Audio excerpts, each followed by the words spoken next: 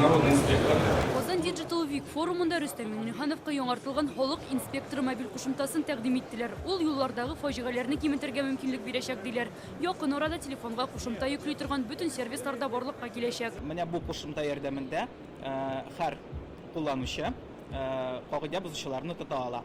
Махсус кушымта ярдәмендә юлларда кагыйдә бозучыларны теләгән һәркем видеога төшерә ала. Ул 30 секундтан артмаска тиеш. Аны UHD белгечләре күрәчәк. Видео язманың кемнән килгәне дә күренеп тора. Аның авторына 40 көн эчендә акча җибәрелә, ә юл хәрәкәте кагыйдәсен бозучыга чара күреләчәк.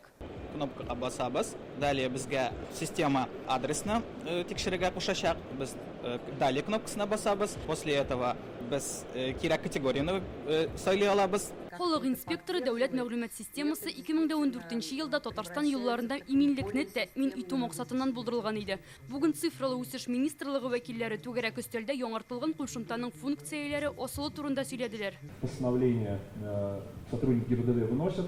UHD-га ярдәм итәчәк кешеләр тәртип бозучыга билгеләнгән штраф суммасының 25% күләмендә акча алачак. Түләү күләме 230 сумнан алып 1440-ка кадәр җитә. Мондый алым юлларда тәртип булсын өчен кирәк. Халык инспекторы кушымтасына 21 төрле кагыйдә бозу буенча мәгълүмат юлларга була. Шуларның 7-се өчен акча түләнәчәк. Мәсәлән, машинадан шуп ташлаган, иминлек каешын эләктермәгән, каршы як юлга чыккан, стоп-линия алдында кагыйдә бозып туктаган автомобиль йөртүчене күрсәгез, моның турында хәбәр итеп акча алырга була.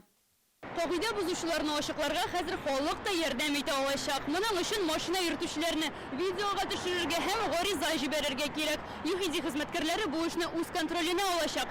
Шул рәвешле юлларда тәртипсезлекләр кимер дип ышаналар. Ляна Бәхтиева, Альбина Минаева, Яңа Гасыр каналы.